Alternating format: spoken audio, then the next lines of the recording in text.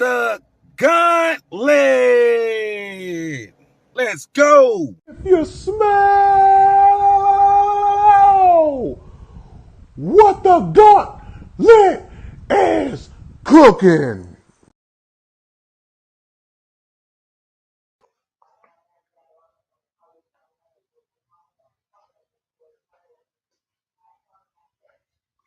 Yo, it's another Friday night, and welcome to another episode of the Gauntlet. I'm your moderator, Denzel Snipes, and we got a loaded show for you. It's championship weekend, right here with my cohort, James Tatum. We also got JJ Jenkins in the house.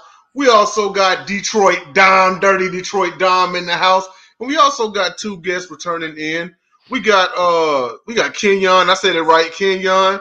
You know what I mean? And damn, brother, I forgot your name. Zach, that's right, Zach. Almost called him Ringo Starr because he looked like one of the Beatles, low key. You know what I'm saying? But listen. But look, everybody, welcome to the Gauntlet. You know, it's championship weekend, so we going to get right down to it. If you are a first-time subscriber, cool, welcome. Come on in, wipe your feet before you come in the house, take your shoes off, leave at the door. Kick back, relax, you know. But be sure you leave that like on our episode, but more importantly, hit that subscribe button. The Sideline Sports, we got everything for you all week, every week. And also, just a real quick advertisement here. Next week's episode is the second ever Gauntlets. That is where we will go over the everything in the past year. We're going to be choosing a sports moron of the year. We're going to be choosing a Gauntlet grinder or Gauntlet grinders of the year, offensive player of the year, defensive player, MVP, you name it. But it's going to be a loaded show. You know, so most definitely tune in for that. And also, we are at Gauntlet Sports Media on Cash App. We take donations, you know, $5, $5,000, whatever you want. Speaking of, if our loyal fans and supporters want to slide something in that Cash App and get us all tuxedo T-shirts for the Gauntlets next week, we wouldn't be mad. Yeah, that'd be great. The only one that wears a tuxedo shirt because the rest of us actually has a real suit. So that's number one. Also, I'm glad that you brought up the Gauntlets. I'm glad that you brought up the Gauntlets, Jay, because fun fact, our boy Zach Watson, he actually made his Gauntlet debut last year on the first Gauntlets. So fun fact. Right. That's right. What took you so long to come back around, man? Don't nobody go to the store that long. Before we get started tonight, I do want to also say everybody subscribe to Sideline Sports on YouTube, follow on Twitter and everything.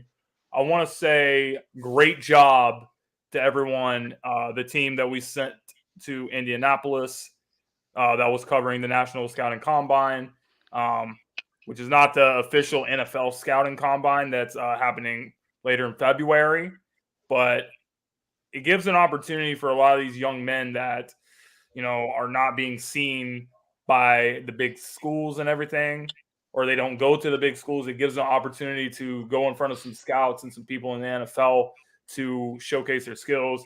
Our team has been all over it covering this event. Megan Price, Eric Wilson, Big Guard Tyree was there. Michael Caratanudo was there. JB was there. So a lot of great work by those guys, and make sure you guys check out all the great content they were putting out during this week. Yes, absolutely. Sideline Sports is everywhere. So that's not going to be the only event. So we got people going out there to the Super Bowl. James Tatum will be out there.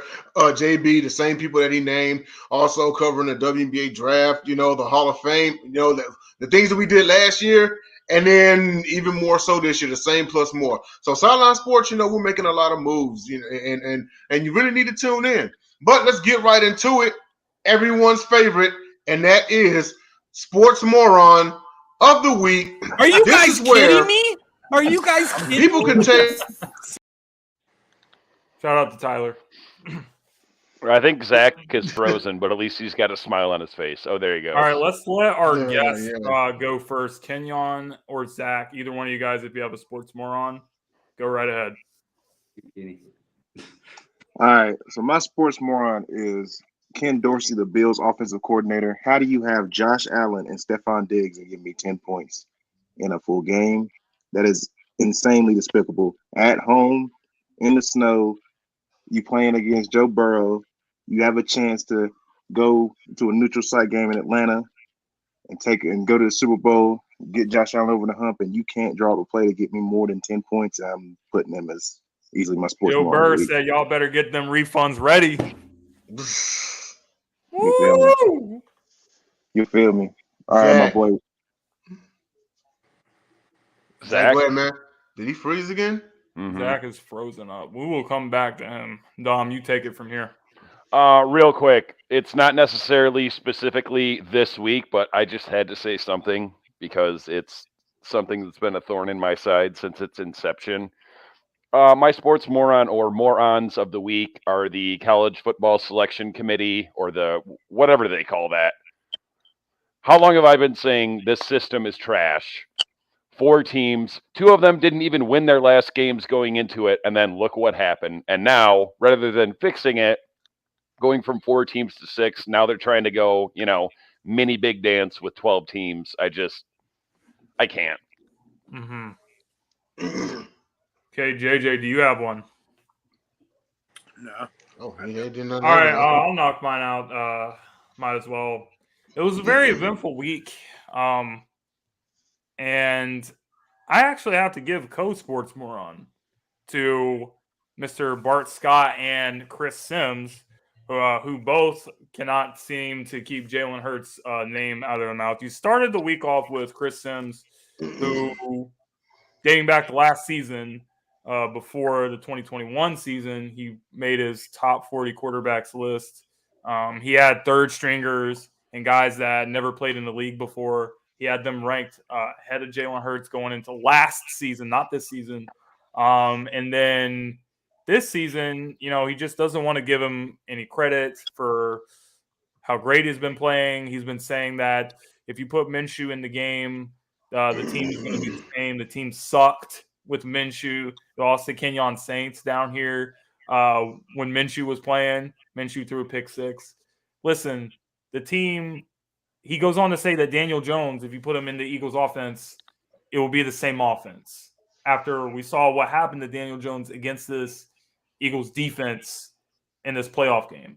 Daniel Jones can run, but he cannot run like Jalen Hurts. Real quick about Chris Sims. He cannot run the RPO scheme the way that Jalen Hurts does it. Jalen Hurts does it almost better than any quarterback in the league. Real quick about Chris Sims. This dude, especially as a former player, he has no excuse. This dude is either the worst evaluator or ranker of quarterbacks, or he makes those bad lists on purpose for clickbait and views. And then we had our boy Bart Scott go on to say how, well, all the time in the NFL we confuse, good players with great players, and Jalen Hurts is not a superstar. Jalen Hurts is a superstar. Jalen Hurts has elevated this team to a much higher level than anyone thought was even possible. Before the season, there were all these question marks about how, well, he has a great team around him and everything, but we just don't know if he's the type of guy that can get it done. But it's obvious that he has elevated this team. Bart Scott is hating, Chris Sims is hating, and Jalen Hurts going to keep balling in the NFC Championship on Sunday. What did I say last year after they lost in the playoffs? It was the best thing to happen for him, for Jalen Hurts. Yeah, and he elevated his game. I knew he was going to elevate his game. Before I go to my sports moron, I just want to say that Bart Scott is only saying that because he had Mark Sanchez as his quarterback, and he got tired of carrying his ass. So bitterness around for everybody. My sports moron is kind of football related because of one of the participants, but also not kind of football related. It's NBA related or whatever. But my sports moron is Dylan Brooks for his spat with Shannon Sharp. It wasn't the fact that you got into a one-on-one with him. It was the fact that in the locker room afterward, you made the lamest response saying, "I don't know who that man is." That dude had been catching touchdown passes before you even a thought. Before what I want to say is rated R. I can't go that far, But to sit here and say you've never heard of the man and he's got a resume that is out this world, and your resume doesn't even reach down the street. That's some nerve of you, dude. You were better. You were better reserved, just like leaving that comment alone. Hey, we had a spat. I don't like him, or hey, I'll work it out with him, or whatever, and then that's it. I understand that American sports fans love a good storyline, but that was just asinine, like what you said. So Dylan Brooks, he's sports moron.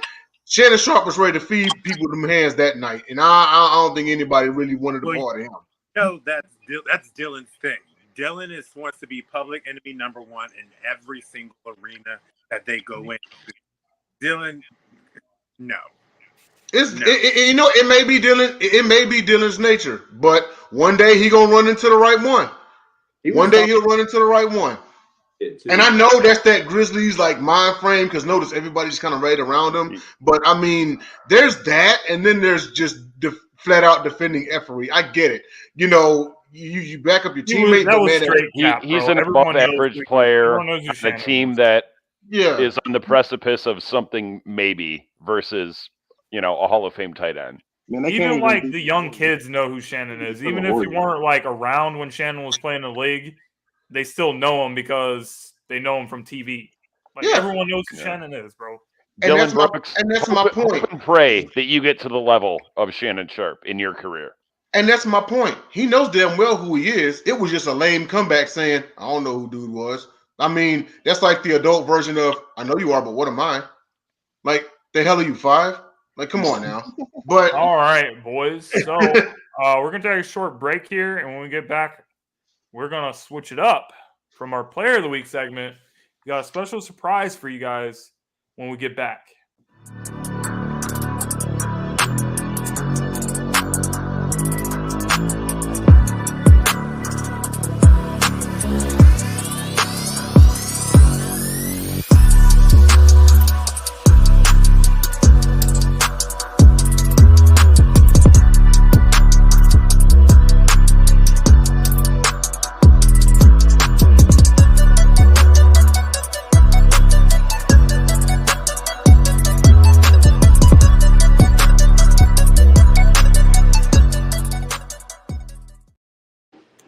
Guys, make sure you guys subscribe and follow Sideline Sports on Twitter. Let's say a quick hello to some of the people down in the comment section. We got the Sizzler Grizzler, my main man Grizz. What's up, bro? Thanks for tuning in tonight. And then we got Next Shift Randy over here. He says, "What's up, gentlemen?" So, Jay, why don't you take us away to our next segment? All right. So for so long we've done Player of the Week. Well, we decided to switch it up just a little bit and touch on the legendary guys that coached said Players of the Week, some of them anyway. So we're doing Coach of the Week, and we have Steelers great coach Chuck Noll. So Chuck Noll is revered by many as one of the original hard-nosed coaches. Maybe not original, maybe second generation. You know, we'll take that. But, I mean, this guy right here, resume is amazing. He actually played in the league. He was drafted in round 20 in 1953, back when they had a draft that long. But he started off as a defensive line coach for the Chargers. Then he became their defensive coordinator and backfield coach, and became their defensive coordinator and backfield coach for the Baltimore Colts. And then finally, his one and only head coaching job, he was the Pittsburgh Steelers head coach from 1969 to 1991. 4-time Super Bowl champion, 3-time NFL champion. He was an AFL champion. He was Maxwell Club NFL Coach of the Year, UPI AFC Coach of the Year in 1972. He's on 2 all-decade teams, 1970s and 1980s. He's on the NFL 100 All-Anniversary All-Time Team. Of course, he's in the Pro Football Hall of Fame, Pittsburgh Steelers Hall of Honor, and Pittsburgh Steelers Pro Football Hall of Fame. Head coaching record of 193, 148, and 1. In the postseason, he was 16-8. And for a career, he was 209, 156, and 1 with a win percentage of .566. Again, we talk about a guy, and we talk about how rough it was back then, and he was the catalyst to the Steel Curtain defense. I mean, there's a reason why the Steelers were named the team in the 70s. He was the guy that drove the train. You know, absolutely. You know, with the backfield of Rocky Blyer and Franco Harris, Lynn Swan, John Stallworth, you know, Terry Bradshaw, the Steel Curtain defense, Mean Joe Green, and he had Chuck Noll. That's what made the Steelers. He made the Steelers a really hard team to beat. One could almost say he was the Belichick before Belichick. That's possibly debatable. But I want to swing it on over to. Actually, I want to start off with our guest first. Let's start off with RG3. Go ahead and give us your thoughts on legendary Steelers. No, you didn't. No. He called me RG4. RG3 Live. That's crazy. Go Chuck ahead, Noll. Chuck Noll, he's an all-time great. I obviously wasn't born around the time he was playing, so I had to do my research. He had worked with coaches like John Fox and Tony Dungy. Worked under the name of the great Don Shula, and drafted all those players that you named: Terry Bradshaw, Mean Joe Green, Mel Blount, Jack Lambert. All those guys were in his first 6 seasons. That's an all-time history of the Steelers. All-time great. Like I said, one of 3 coaches in the Steel Curtain historic franchise. I mean, it was a great learning about him, and seeing, some of the original greats, doing it. Right, absolutely. And then swinging on over to Zach. Zach, what do you think, man? Steelers great Chuck Noll.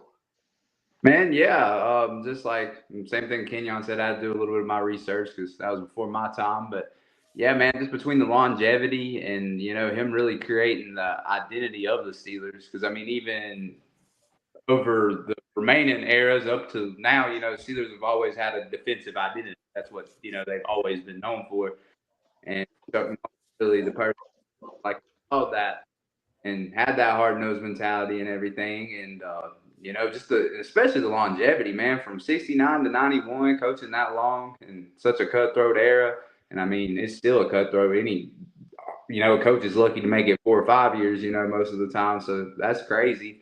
And kind of like you said, Belichick before Belichick, if I'm not mistaken, he's only second to Belichick in rings, if I'm not mistaken, correct? Correct. So, right. Yeah, resume for itself. He also has the most rings without a loss by any coach. Yep, undefeated in the Super Bowl. Swing on over to Dom. Dom, your thoughts on Steelers' great head coach Chuck Noll? I had to do some research as well, and I discovered a number of interesting things. Prior to being a coach, he got 2 NFL championships in 7 years as a player with the Browns. This one I thought was crazy. Wait, let me try and run this down. The 4 chips, second to Belichick, like we said. He also was a forward thinker as far as race relations. He started the first black quarterback in the team's history, hired one of the first black head coaches.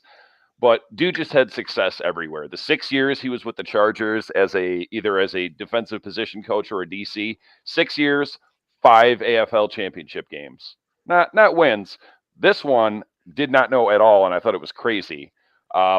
Chuck Noll was the defensive coordinator for the Colts in Super Bowl III when they got upset by the Jets. You know what he did the next day, the day after that Super Bowl? You know what he did? Interviewed for the Steelers. And after he took that job, the Steelers had 1 playoff game appearance in 36 years prior to him coming there. Pretty much like he was the one that started like whether you like or hate the Steelers, whatever, you cannot disagree. They are the most well-run franchise probably in all of pro sports, definitely in football. It's funny you mentioned that because I think, if I'm not mistaken, the Immaculate Reception game, that was only like their first or second playoff win in team history. Mm-hmm. JJ, Made on the you, Steelers man. what they are today. I mean, that's what essentially, if you go through the NFL history books, that era is what tied Pittsburgh into why you can't tell the story of the NFL without them. And Chuck was a huge part of that. I mean, not for nothing, he had some of probably the best players this game has ever seen. Talk about L.C. Greenwood. You had Joe Green. Jack Lambert gets all the praise, but if you ask any Pittsburgh Steeler, including Chuck Noll back then, Jack Ham was the better linebacker of the two, who doesn't get too much notice. And then you had, Donnie Shell in the backfield on the safety side, but Chuck Noll was the one that binded them together. And I would hate to look at and think about the type of injuries they had to play through back in that era, because the things that they used to do and the way they used to coach and train, it's unreal that they are who they are. I hate talking about this team and I hate talking about this part because this is their golden era. And if you want to be very frank, that is the best era in Pittsburgh Steelers history because outside of that time frame, they've had a lot of good teams, but not dominance of that nature. That was their era, the 70s. Right, absolutely, and great point in saying that you can't tell the story of the NFL without telling the story of the Pittsburgh Steelers. Again, the team in the '70s. JT, on you, man. Your thoughts on Chuck Noll? I mean, you guys pretty much said everything, but I just think it's really impressive that he won 4 Super Bowls and being undefeated in the Super Bowl is very important. With Terry Bradshaw as his quarterback, no less. But he's also notable, he's also really notable for giving opportunities to African Americans. He was actually, I forget the gentleman's name, but he hired one of the first assistant coaches that was African American. Yeah, so I just found that out today. I don't know the guy's name. I don't know the quarterback's name either. So he actually did that at a time where it was kind of like the United States was just coming out of like the segregation times, and there was still like a lot of racism and stuff going on, but he didn't care. He cared about football and he cared about like the character of the man that was going to do the job. And I think as a coach, as a person who loves the game, you got to really respect that. So that's what I think about Coach Chuck Noll. Awesome. Absolutely one of the greats. He lived a pretty lived a pretty good life outside of head coaching. Let's see here. He actually he passed away in 2014. He was, let's see, how old was he? He was 82 years old. He was 82. But most definitely, and this was the first on this program, and hopefully for some episodes to come, we'll cover more great coaches. With that being said, JT, we taking a commercial. We're going on to the next topic. We'll go ahead and jump into Gauntlet Grinders. Cool. All right. Yep. And just so you all know, this is who anyone on the panel feels is the best players of the previous week. This one here is for the divisional round. I'll go ahead and kick it off. So my Gauntlet Grinder for the AFC is running back Joe Mixon, who was instrumental in the a lot of people. It's not an upset because it's the Bengals are that good. They're a 3 seed, but he had 20 carries for 105, averaged 5.3 yards per carry and a touchdown. Doing that in the snow is not hard at all. Well, not hard. Excuse me. It's not easy at all. Excuse me. It's not easy at all, even though I saw LaShawn McCoy run in the snow wild one time. But Joe Mixon definitely proved himself to be a solid back in years. And yeah, he was instrumental into that in that win. The NFC Gauntlet Grinder, I've got Kenneth Gainwell, 112 yards on 12 carries, 9.3 yards per carry, and a touchdown. They absolutely bulldozed all over the Giants. It was not even close, and he was instrumental. So those are my Gauntlet Grinders. JT, who you got? Great choice with Kenneth Gainwell. He was the first Eagles 100-yard rusher in the playoffs since I think Brian Westbrook did it. So very impressive performance by him. The Eagles as a team rushed for 263 yards against the New York Giants. So congratulations to him. But I also got to give a shout out to my man Joe Burrow. You guys know I interviewed Joe last year, and this dude just continues to step up in the playoffs in the biggest times, in the biggest moments. Going into the AFC Championship against Patrick Mahomes again. So we'll talk about that later. But you have to give it to Joe right now in terms of ranking him as a quarterback because I don't think a lot of people were saying that he was better than Josh Allen before the season. Some of the people were, but not everybody. Josh seemed to be more favored over him, and the Bills were obviously a huge Super Bowl favorite. So very disappointing performance by them. And I also got to give another Gauntlet Grinder to the whole San Francisco defense, they made Dak Prescott and the Cowboys look like a complete joke. And only putting up 12 points, couldn't really move the ball, couldn't really do anything. So another divisional round exit for the Cowboys. And this is where the tough conversations are going to be happening for this team. But credit to San Francisco because 7 in a row. The defense is really good for them. Yes, very good. Okay. JJ, who you got, man? So I'm like you. My Gauntlet Grinders is not just Joe Mixon. It's Samaje Perine as well, because in that game, they were the ones that was pretty much keeping it, in charge for Cincinnati. Perine made some critical first downs with his legs, as well as being a pass catching back. And in the snow, they were just grinding, because that's not an easy game to play. That's not an easy game to win. And then I will say my Gauntlet Grinder of the NFC is Fred Warner, who arguably is probably the best linebacker in the game right now. Nobody covers better than him. He is the main. They talk about, you got people like Armstead, Bosa, Tali Hafalonga, the safety out there, but Fred Warner is the guy. Like, he is the guy that they call on to make that play. It's when you have a safety that can cover at tight ends like Kelsey and all of them, like the best of them, that's pretty damn good. He's the new Patrick Willis. Basically. That is exactly what he is. And the thing is, it makes sense why he's so athletic, because he's a martial arts master. Like, he mastered martial arts. He does it in the offseason. So he used the athleticism and his control, his technique is just so pure. So I give it to Fred Warner, because he made some critical plays down the stretch to close out that game against Dallas. Yep, absolutely terrorized them. I had the stats down right here. He had 9 total tackles, 7 solo, 1 tackle for a loss and an interception. Dude had himself a day, But Dom, on to you, man.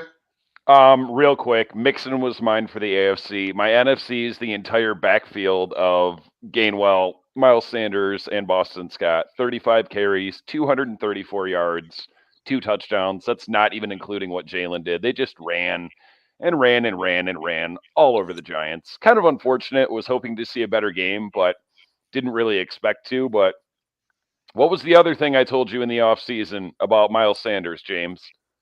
That it was going to be good. Yeah. He's very good if you give him the ball. Well, he got the Buffalo, ball. are you listening? Devin Singletary? The worst part about that game was the game was pretty much over before it started. The Eagles went down the field and scored, and then Brian DeBall decides to be an idiot, and he's like, oh, you know what? I'm going to go for this 4th and 8 after the Eagles offense just went boom, boom, boom, boom, boom down the field, and I'm going to give him the ball right back in great field possession, 14-0. Game was pretty much over after that. Yeah, I think as the year went on, too many teams are trying to play the Dan Campbell card and go for it on 4th and long. You can't all do that. That's for us. That was stupid. Okay, it's on you, man. All right, so I had actually Kenneth Gainwell as well, but I'm gonna have to audible that. I'm gonna actually pick with one that actually lost. I'm gonna pick CeeDee Lamb, because CeeDee Lamb is that guy, and he was balling, and he was probably the only person that could get by the 49ers defense. He had 10 for 13 receptions, 117. He didn't have a touchdown, but he had 2 carries for 6 yards, and he had that crazy behind the head catch. I know nobody likes the Cowboys, but I'm a CeeDee Lamb fan personally. And in the AFC, You good? One that showed up for their offense. In the AFC, I got Kelsey, because Kelsey had 14 catches as a tight end, and that's absolutely insane. Broke the record for a playoff game. That is insane. I have him probably as the greatest tight end to ever play. If we want to debate that, we probably could. But I mean, I don't know if anybody's touching this dude right now if he keeps doing what he's doing. So not terribly mad at that. So. And not to mention, CD actually messed up 2 of his fingers. He went and got them taped together, and then immediately went back in the game and caught a long ball. So yeah, he was the only one that showed up for the Cowboys that day, because it damn sure wasn't number 4. It's funny that I've been a CeeDee Lamb fan ever since draft day. It's funny that Kenyon has to say, I know everybody don't like the Cowboys, because you actually have to do that when you want to give a Cowboys player praise. You got to. I love seeing him at Oklahoma when he was balling with Lincoln Riley. So just because he got a star on his head, I mean, He's that's rough. player. He's a great player. He's pretty good, you know. They Insane. still missing Amari, but CD doing his thing out there. Zach, it's on you, man. Well, NFC wise, y'all pretty much covered everything. You know, the start obviously where the 49ers defense was running game. But go ahead into the AFC. I got to give it to my boy, the Hen God, Chad Henne, coming in for one drive. No, it was just one drive, but I thought that was pretty interesting. You know, went the whole length of the field. This man ain't doing football in God knows how long. And a pretty good situation, especially with how the Chiefs are kind of set up now. You know, Pat goes down, world's power. So that was pretty nice for him to come, you know, keep things there for a little bit. And, you know, I got to shout out Pat too for playing leg. My man literally hobbling, just ball handed off thing, and they were out with it. So I really liked what I saw there. Nice, not bad at all. Well, I want to thank all 5 of you for not saying Brock Purdy. Brock Purdy didn't even have that good of a game, though, bro. You have to be 18 years or of age or older to be a gauntlet grinder.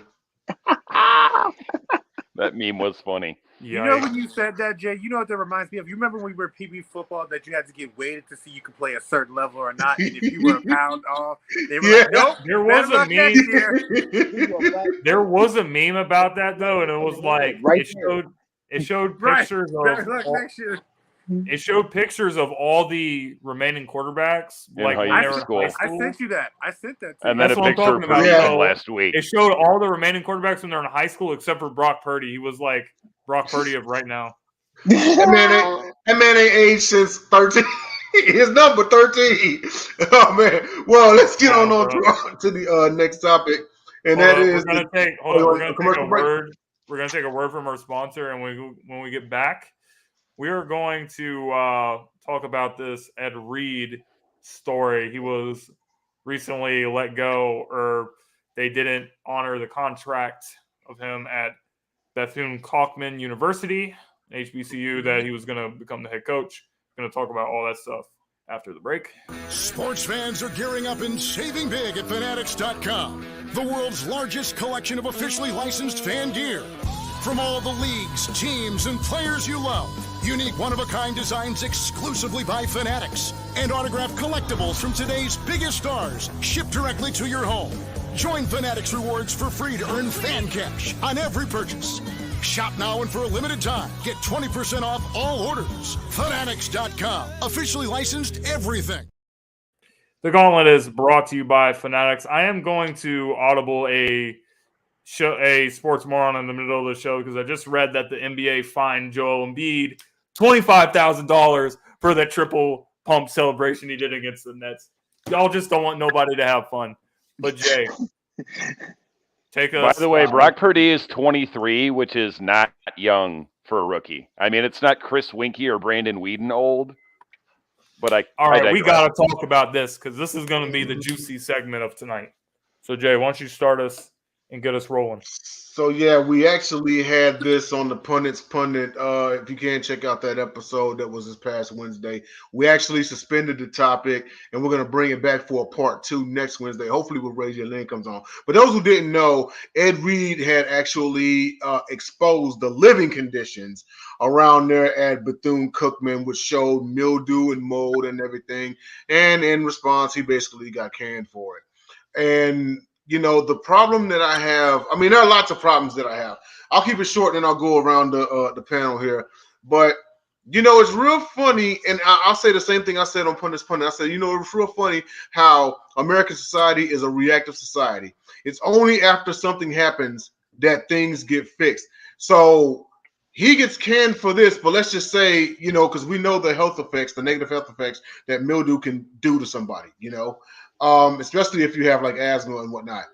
Dude, so if a few students end up sick in the hospital or Lord forbid lose their life behind it, and then now it's a scandal, now it's heads are rolling, now it's this big heyday, you know.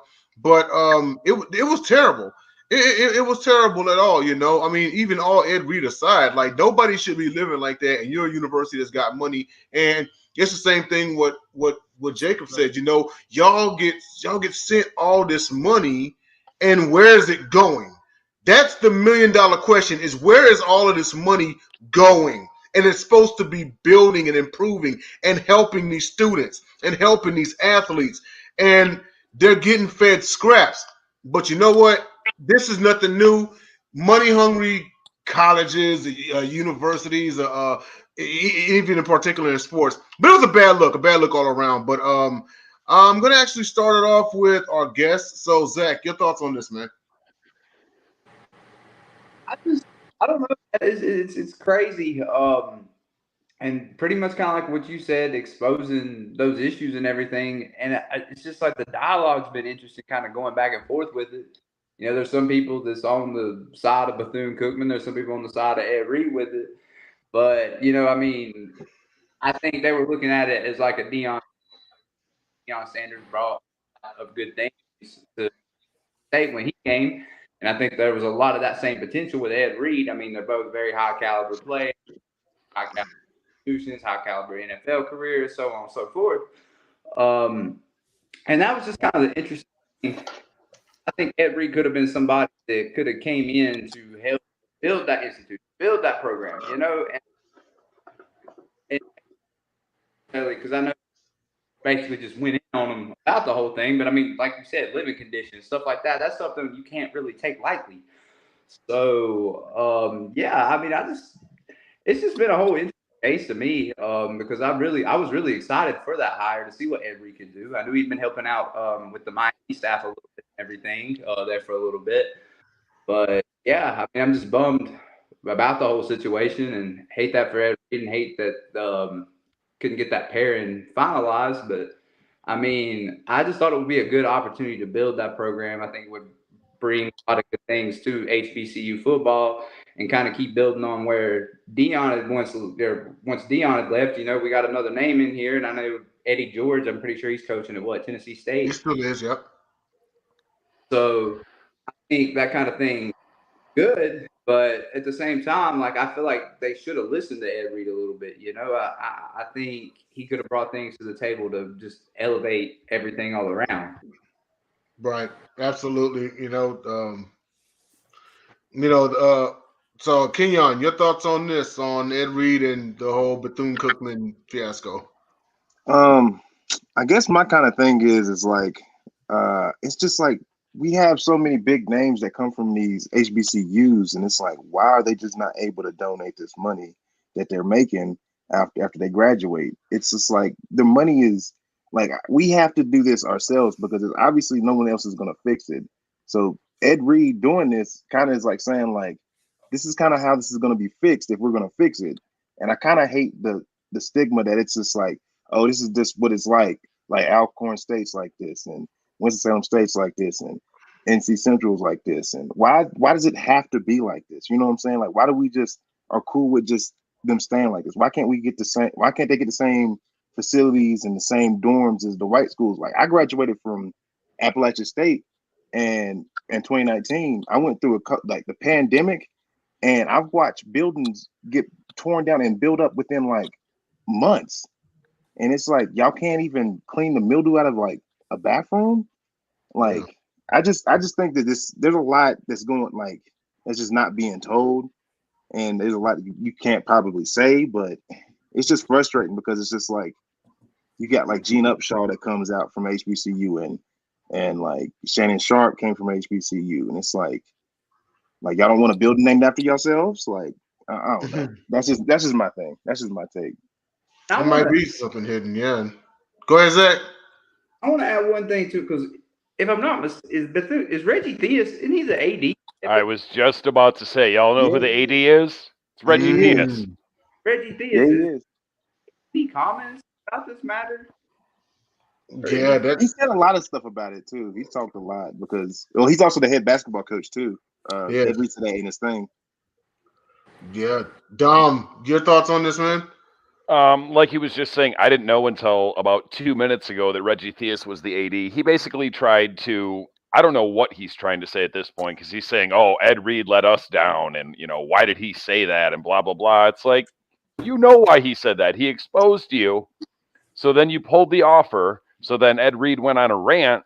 He's like, okay, now I'm not holding back anything. And then Reggie Theus wants to be like, oh, I don't understand why he's upset. Like, no, you understand why he's upset, and you handled it wrong. The other thing that I read was, in the midst of all this, Jackson State also offered Ed Reed a coaching job. I don't know what he's doing as far as going forward. Obviously, Deion left, so as far as I know, they're still, searching for a head coach. I think Ed Reed would be a good candidate. Yeah, absolutely. I actually read something, or actually, heard something where, when it comes for money to these HBCUs, it could be worse than it looks, because it's not just going after the university or the boosters or whatever, but also just politicians, city politicians, state politicians, and that right there, that was thrown around as a theory as to why Deion left, because he didn't have the time to fight a politician, but I don't know. There's a lot of theories being thrown around. JJ, what's your thoughts on this, man? I know I have quite a few things to say. So I'll let James go, and then I'll finish last. Okay, Go ahead, yeah. You know what? My first reaction when I saw the video was the video of Ed Reed saying everything that he said. That was one of the biggest displays of just a man that's so passionate. He was really hurting inside for these kids, because the kids were not being treated the way that they should. They're not being given the facilities that they should. There was actually a post from Bethune-Cookman students. They submitted like a bunch of pictures of, there was mold and stuff like in the apartments. And it was really sad. The fact that these students are paying like $30,000 in tuition is kind of like what you said, Jay. If you're paying $30,000 in tuition, then like, what is it that the school is doing with it?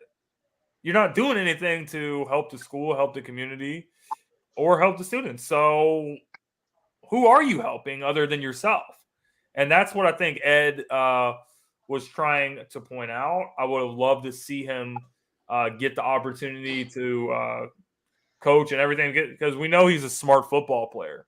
We know that he's one of the best safeties of all time in the Hall of Fame for a reason. Smart football player, so I'm sure The best. he would definitely be a great coach, and I do hope he gets an opportunity. But yeah, it's just it's kind of just despicable that people just don't care. They just don't. They don't. They really don't. I know you got something to say, JJ. Go ahead, man. So this is a very layered topic. And everybody touched on points that's part of the problem, but it also touched to points that why the problem was created. Number one, to answer Kenyon's point, people have gone to HBCUs for 50, 60 years. The reason why they are a little bit cynical about things changing is because they've been seeing this for the last 50, 60 years. My brother went to North Carolina Central. His freshman dorm, I've been there, was trash. But the problem that they have is, number one, HBCUs are in the hoods, and nobody really cares about the hoods when it comes to a state or local government level, unless there's a need for that area to be developed into something more. I used to work by Howard University. Howard University has the strongest alumni in terms of African-American students among the HBCU platform. They couldn't even fix their pipes when they had a snowstorm here. It took them 3 months. The dentist school suffered and everything else suffered. Why? Because they spent money already that they got in to build facilities for the athletic program. They were building new dorms. So it's like, yes, these HBCUs are getting money, but a lot of these are going through situations where they're developing new structures, but have to deal with the current structures they have, which is what Central went through when my brother went there, because they were building new dorms while they were in their dorms. At the end of the day, they go through it sadly, and it's like one of my friends, he's in a sports group. He's like, look, if you're not putting up, shut up. He's like, if you sitting there showing videos, who cares? What are you doing about it? Stop putting out videos. Stop talking about what it is. Put up or shut up, because we've heard this before. We've heard this for years and years and years and years. And at the end of the day, I love and I respect Ed Reed, and I do think he is right on something. But I think if you really want to put your bang where your money is, give them that donation or fix the problem that needs to be fixed. Go through whatever change that needs to be go through. And that's what Dion was talking about. Because in order to change anything at a state-owned college, what do you have to do? Go through the state. You have to go through the local channels. And a lot of times they get resistance from the local and state governments when it comes to developing and change. That's the reason why tuition is so high now at these schools, Hampton, Howard University. And let's be real, in an HBCU platform, UAB had to cut their football program because they couldn't afford it. Clark Atlanta was in danger of going bankrupt because they couldn't afford to cost their students as well as room and board. There's money out there, but if nobody's dropping that Elon Musk type money, you ain't going to see change overnight. You're not going to see change until a very, very long time. And unfortunately, it's just a tug and pull type battle for anything that comes with development wise. Like if anybody's in real estate and they have to go through the hurdles to try to get any type of development on any type of property, it's a job in itself just to even get to the part where you can put the first brick down. Zach, And then on top of Bethune-Cookman, I didn't know this. It's actually not state funded. It's private. Oh, in That's that even case, worse. so in that case, that also That's goes even to my worse. last point. That goes to my last point. If you want to go to Jay's point and figure out the money, each situation is different. You have to go into. You can't treat what's happening at Bethune-Cookman as what's happening at FAMU or something. You have to go through each one to figure out what's going on, because a lot of these different situations have different outcome or different reasons as to why they're pushed back. Right. But that's what I was saying though. Is like we have famous alumni just like these PWIs. You know what I'm saying? Like just to your point, because like my sister, she went to Winston-Salem State University, and so like I have big love for like my HBCUs, and I want to see them, strive. I try to catch every HBCU game I can, because you know that it's hard to it's just hard to find them. And the only time they want to show them is the Celebration Bowl, which I think is crap, because there's way more talent coming out of HBCUs than there are PWIs, and they have the ESPU 150 now for HBCUs now, so we can get more people into the NFL. So what I'm saying is, it's like if we have pride in these HBCUs, we have to be the one to fix it, because no one else is going to do it. Like we have to put the money into it. Like Dion put the money into Jackson State, and that's what we got out of it. Because you see, when we do something like that, it's bigger than anything else. Like, you know what I'm saying? Like that was kind of like where I was getting at too. I think we agreeing on the same thing, but it's just like I'm tired of waiting on people to just do something. We have to do that. Like let's get Jay-Z. Let's get Jay-Z to work in one of these schools. Like let's get Snoop Dogg one of these schools. Like, you know what I'm saying? Like let's really let's get it right for them. You know what I'm saying?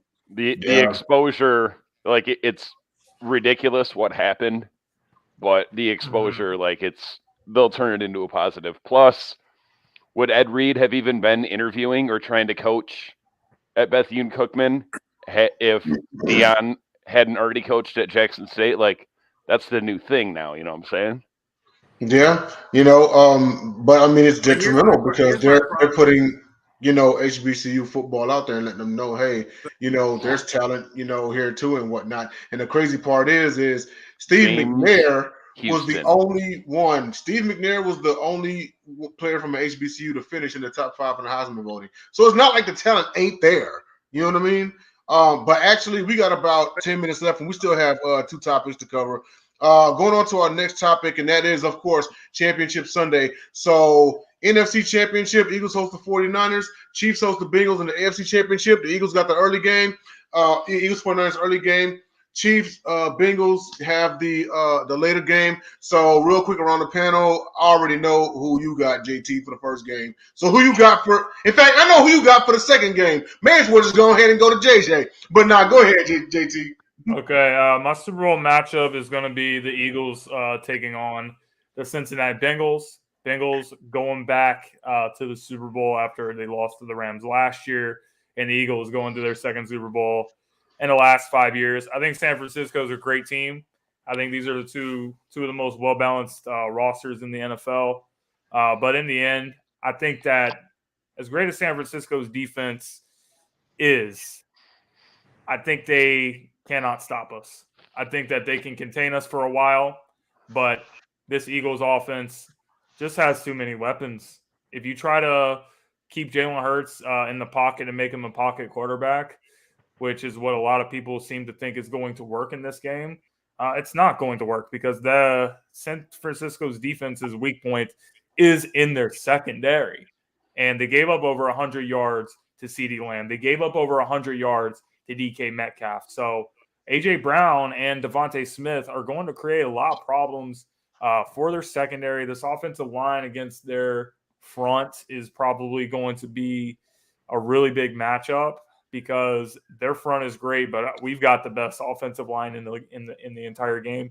And I just don't trust Brock Purdy is going to make more plays against the Eagles defense than what Jalen Hurts, who's played at an MVP level this entire season, is going to be able to do against them.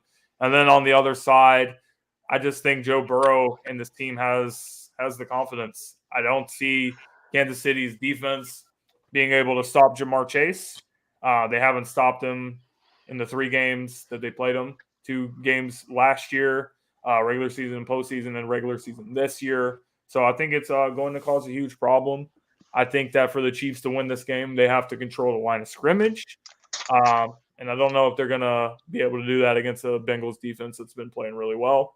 Also, I did not think it was so smart of Mr. Willie Gay, who could have been a sports moron as well, for saying that, the Bengals offense is not that impressive or whatever it is that he said, because this Bengals offense has been really impressive against your defense the last several times you played them. So if you want the Burrowhead and all the stuff to stop, then you're gonna have to step up on defense, because we know what Mahomes can do, but what can you do? That's what we're about to find out. But I do have the Eagles versus the Bengals as my Super Bowl matchup. Real quick, I've got the same.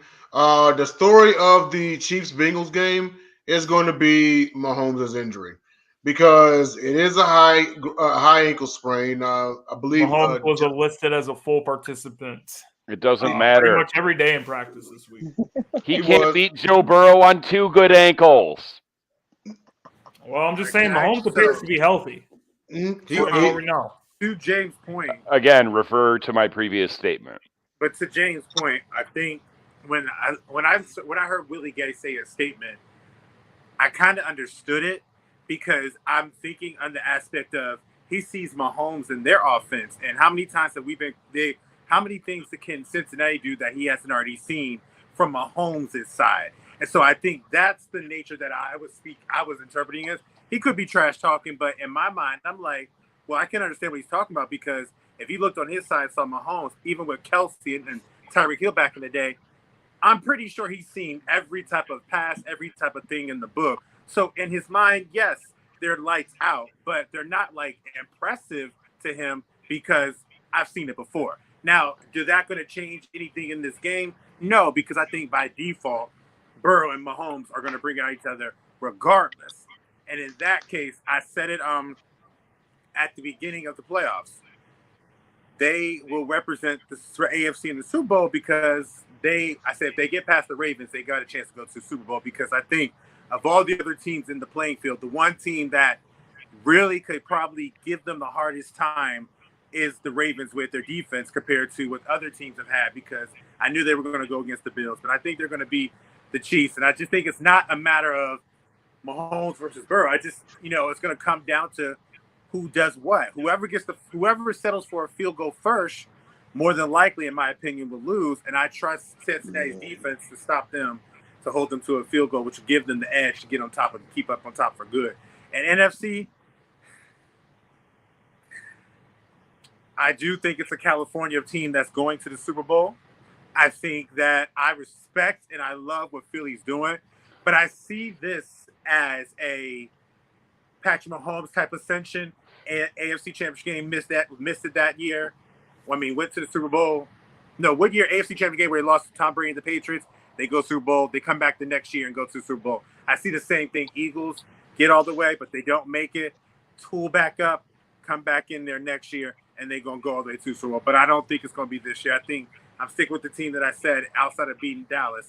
I think that it's going to be a great game. But I got San Francisco and Joe Burrow in the Super Bowl, a rematch of the last time Cincinnati went to the Super Bowl. Yeah, or the previous time. But Dom, who you got? First of all, JJ, stop trying to make the Ravens relevant. For two, I know you ain't talking, Mr. Detroit Dom. the Eagles' defense is far and away the best defense that Brock Purdy has ever faced. And we're not even calling Dallas's defense legit because they're not. They've got some pieces, but it's not a good defense.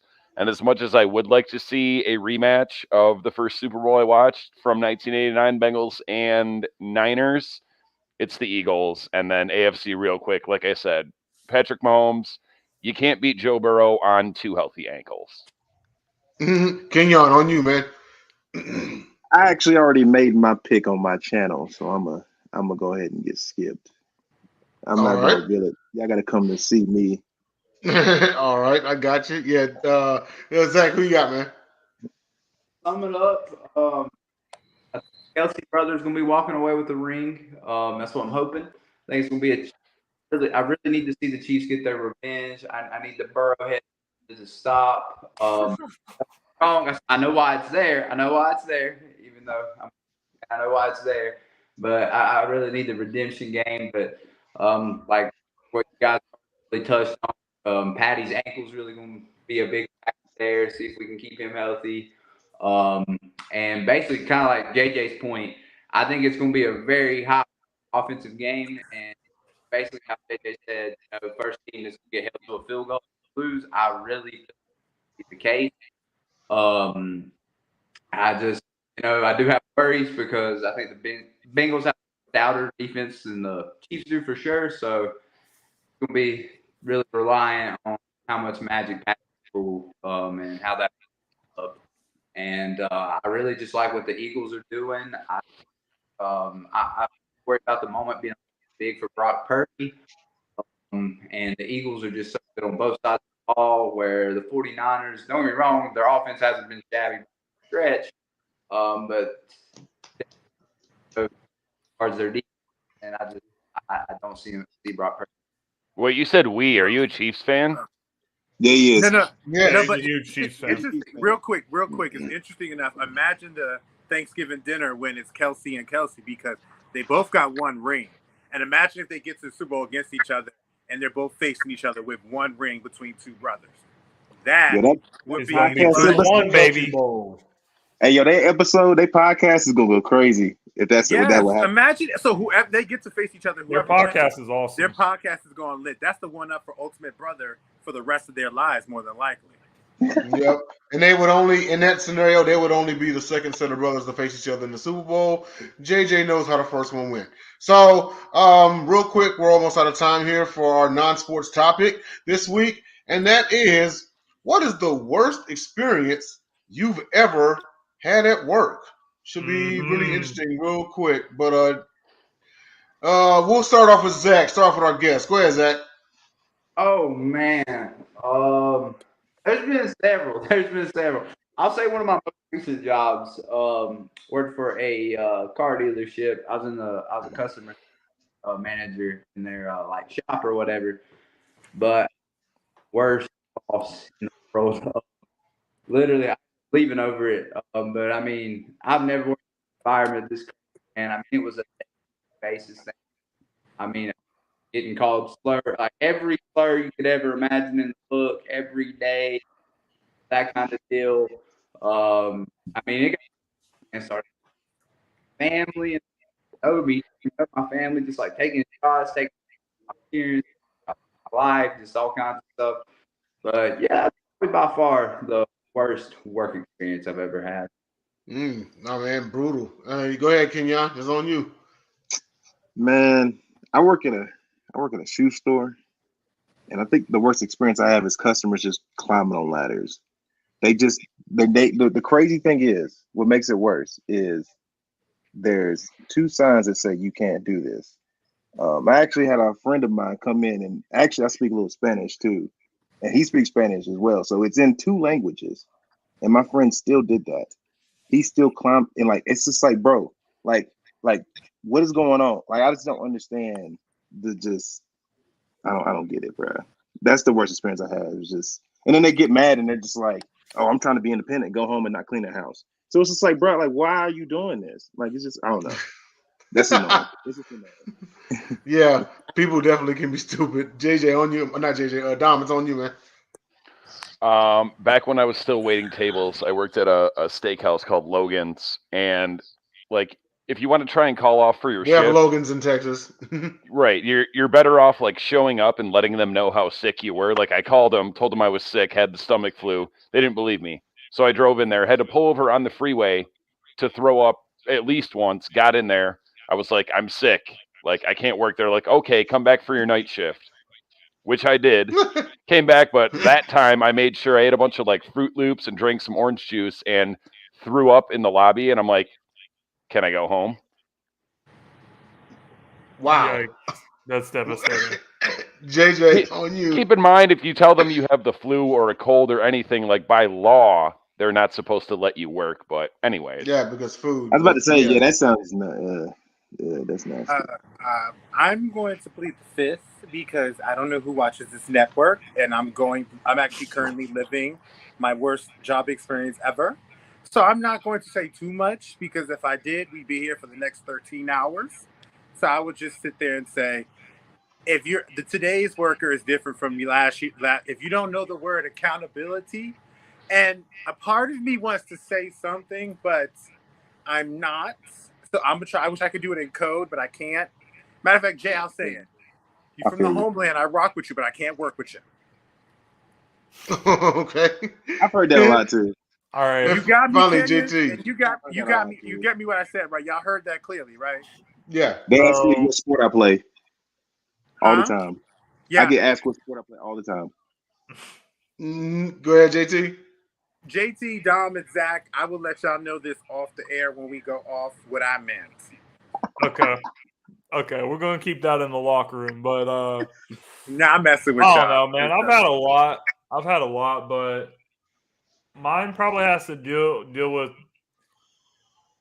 with customers that are just stupid and entitled. Like I was working in a retail store for a while, and I was out one day and I was stocking the products into the shelves, and this lady comes out of nowhere and she starts getting in my face and she's like, "Where's the vinegar? Where's the vinegar?"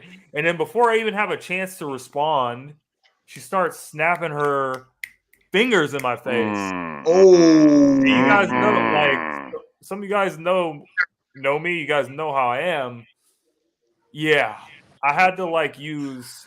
I'm not a dog.